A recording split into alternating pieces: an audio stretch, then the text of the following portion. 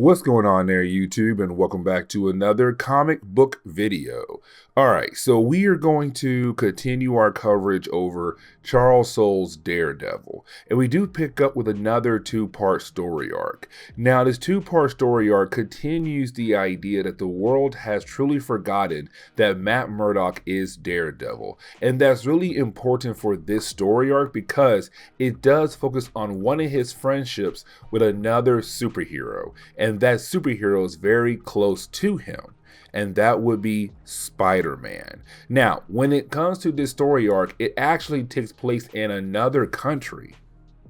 You see, when it comes to Matt Murdock, he traveled over to China. Really, he traveled all the way over to Macau. Macau is the only city in China where gambling is actually legal. Now, when it comes to Matt Murdock, when he does arrive in Macau, he goes straight over to a casino, but under a different name. Now, I cannot really pronounce the name, and I'm not going to try to embarrass myself, so hey, I am just going to call him Matt.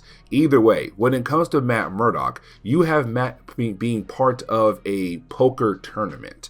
Now, you would think, hey, why in the world would Matt be part of a poker tournament? He's blind. We have to remember, he does have enhanced senses, his other senses, and those senses allow him to actually figure out what his opponents are going to do. And so in a very short period of time, we do see him being able to win in the semifinals and move on to the actual finals. But then we kind of learn why Matt is actually here for at this casino under a fake name. Because while he's out there waiting for the final round, he does run into a woman. Now, her name is Adhera.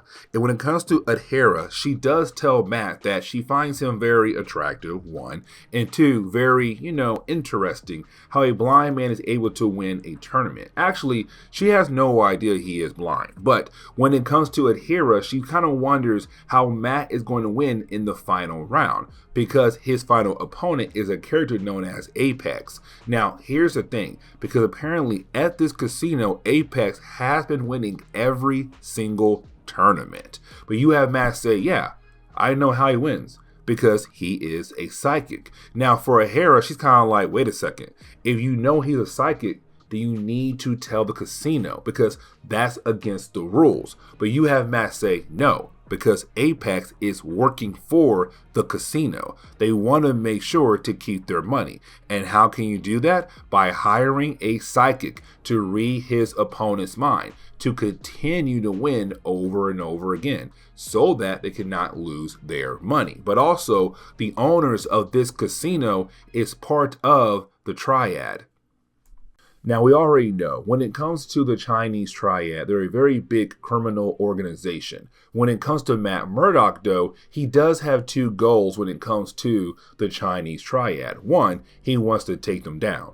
But two, they have something he wants really bad. But the only way to get that item is to win this tournament. And so the rest of the first chapter is really more of Matt Murdock going up against, well, Apex. Now, this section right here, I really do like a lot because we get the chance to see Matt Murdock fight against Apex in his mind and how that battle actually looks. Because even though Matt Murdock is well trained into protecting his mind, sometimes you can have a powerful psychic get around that. And so for Matt Murdock, he realized that Apex may not be that powerful, but still a very strong psychic. And so it actually brought a whole challenge for Matt Murdock when it came to protecting his mind, because Apex is trying to win here. But either way, you do have Matt Murdock being able to take down Apex and win the tournament. Now, with him winning the tournament, that means Matt will now be moved to the top level of the casino and get a very special room.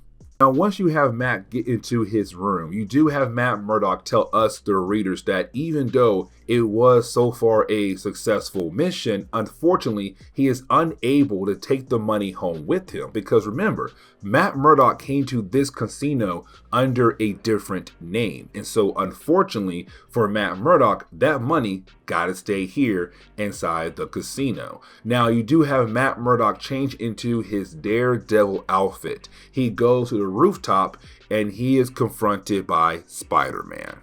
Now, when it comes to Spider-Man and Daredevil, these two characters have been close to one another for a very long time in Marvel Comics, but we can tell that Spider-Man does feel a tad bit off when it comes to Daredevil, and Matt can tell about this as well. But when it comes to Spider-Man, it's all because he does not remember that Matt Murdock is Daredevil. Now remember, we were not told just yet what he has done to make the entire world forget that he was Daredevil, but he knows that when it comes to Spider-Man, Spider-Man's kind of like, hey, I'm here to help you, but at the same time I feel like I can't trust you. Now, you didn't have Matt explain his whole entire game plan to us.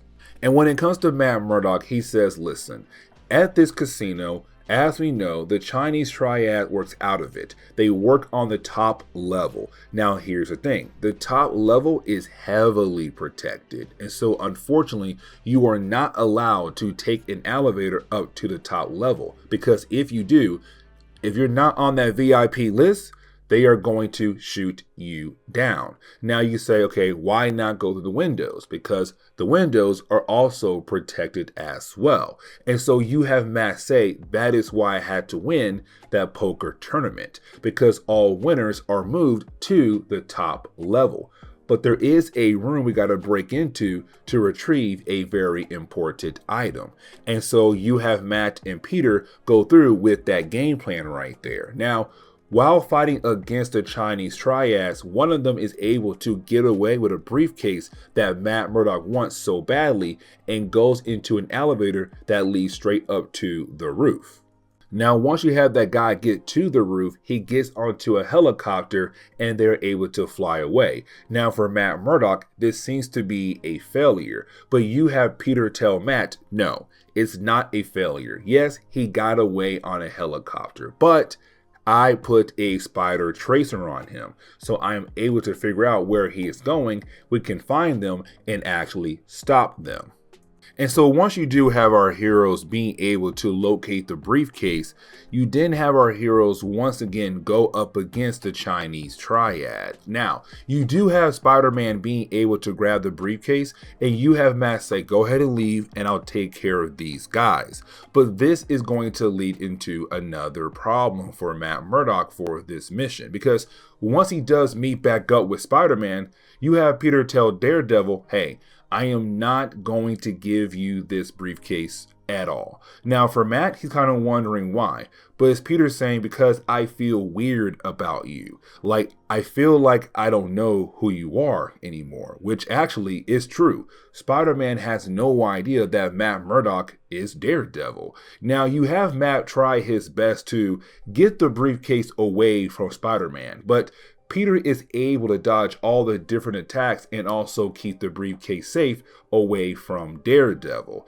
But then you have Matt finally explain everything to Spider-Man by saying, hey, the reason why you feel the way you feel is because I made the world forget who I was. Like, the world does not remember that Matt Murdock is Daredevil, and I had to do that for a special reason, to protect my life. Now, this is not Matt Murdock telling Peter Parker, hey, it's me, Matt Murdock, I'm Daredevil. Instead, it's more of, the reason why you feel like this is because of this. I made you forget who I was to protect my private life and the ones I care for. But the reason why I want that briefcase is because it has the ability to bring down all the big organizations back in New York, like the Kingpin, Black Cat, Hammerhead, Tombstone, and the list goes on and on.